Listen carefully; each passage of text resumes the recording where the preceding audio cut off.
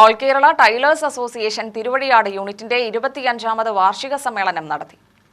സമ്മേളനം അസോസിയേഷൻ ജില്ലാ കമ്മിറ്റി അംഗം പി മോഹനൻ ഉദ്ഘാടനം ചെയ്തു.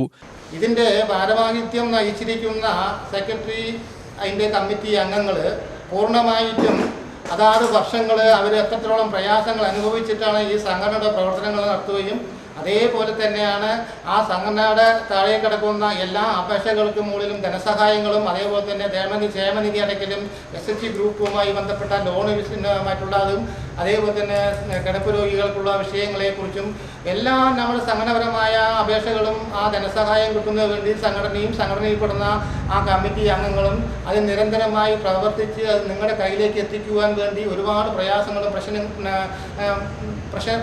അനുഭവിച്ചുകൊണ്ടിരിക്കുന്ന ഈ ഭരണസമിതിയെ നിങ്ങൾ പൂർണ്ണമായും അതാത് കമ്മിറ്റി അംഗങ്ങൾ ഒന്ന് മനസ്സിലാക്കേണ്ടതല്ലേ.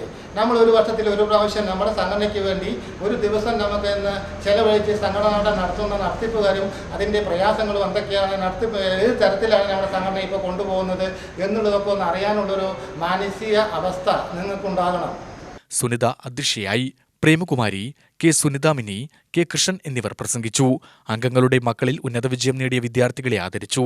പെൻഷൻ 5000 രൂപയാക്കുക, റിട്ടയർമെന്റ് ആനുകൂല്യം ഒറ്റത്തവണയായി നൽകുക എന്നീ ആവശ്യങ്ങൾ സമ്മേളനം പ്രമേയത്തിലൂടെ ആവശ്യപ്പെട്ടു. UTV news, Palakkad.